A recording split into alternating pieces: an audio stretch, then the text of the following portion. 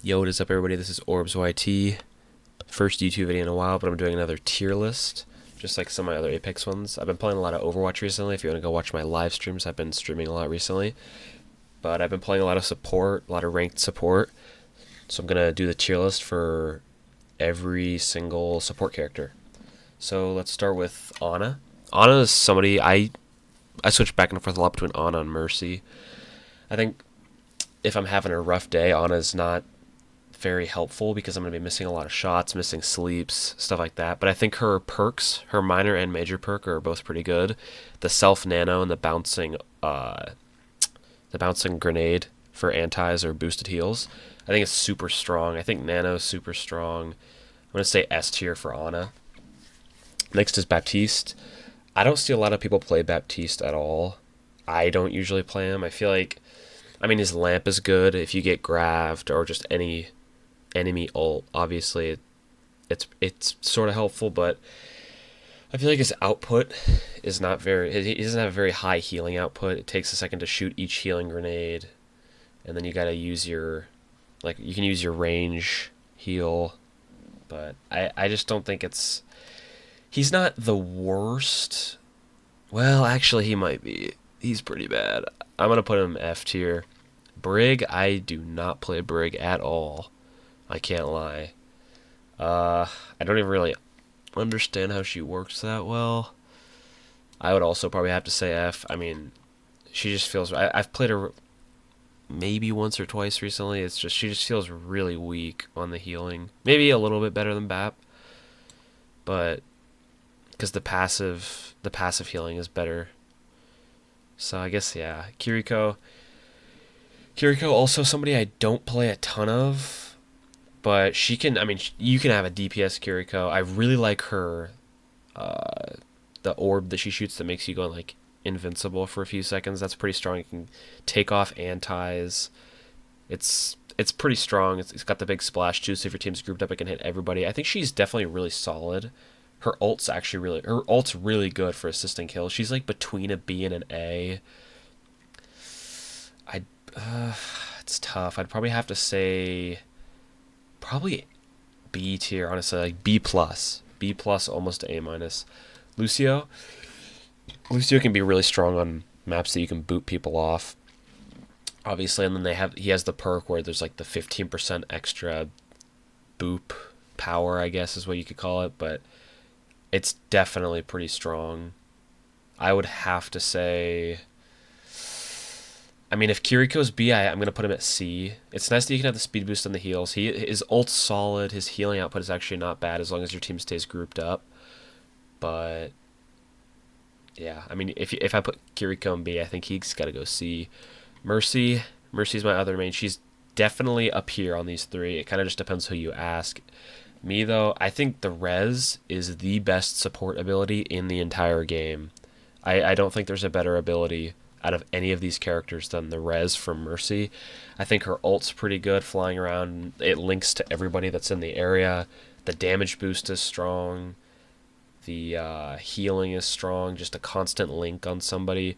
The only thing that's a little bit weak is she's pretty much one of the only healers that... She probably has the worst damage out of all these healers, which I think it's... Her healing is really strong, but because she has really...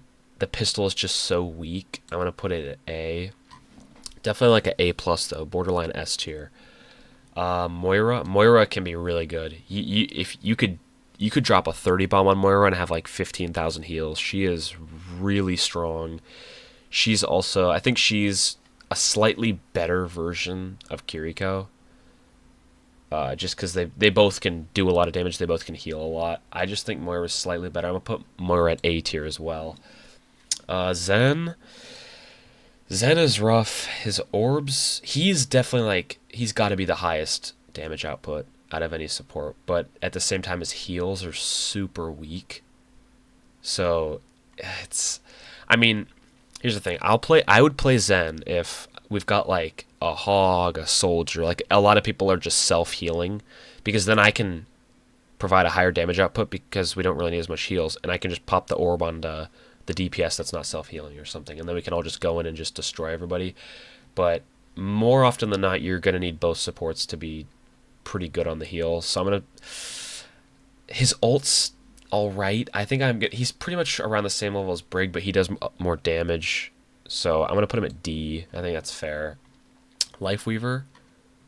I do not play a whole lot of Lifeweaver, but his or her, I don't even... That's my bad. I don't even know. Their ult is really good, I think.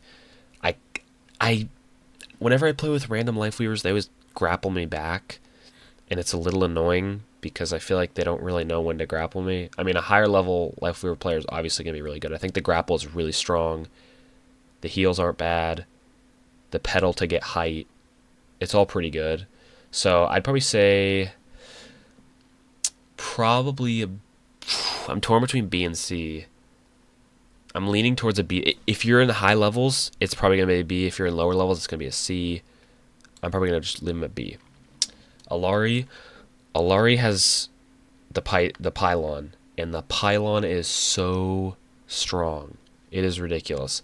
If you can get that thing in a good spot where the other team's not going to shoot it, your team is going to just not die. It is very strong. Only problem is without her pylon, she is pretty much useless, does very minimal damage, does very minimal health, and then there's the huge cooldown on the health. The ult is a little odd. You really need the other team to be grouped up for it. The pylon is strong, but if she doesn't have the pylon, she is pretty weak, so I'm going to have to throw her in C. Juno's pretty strong. I think Juno's good. Juno's got really good heals. Her abilities are good. She can fly around. She can speed boost her teammates. Her ult is really strong. Damage boost and healing boost in the moving circle. So if you just push that forward, your team just pushes through.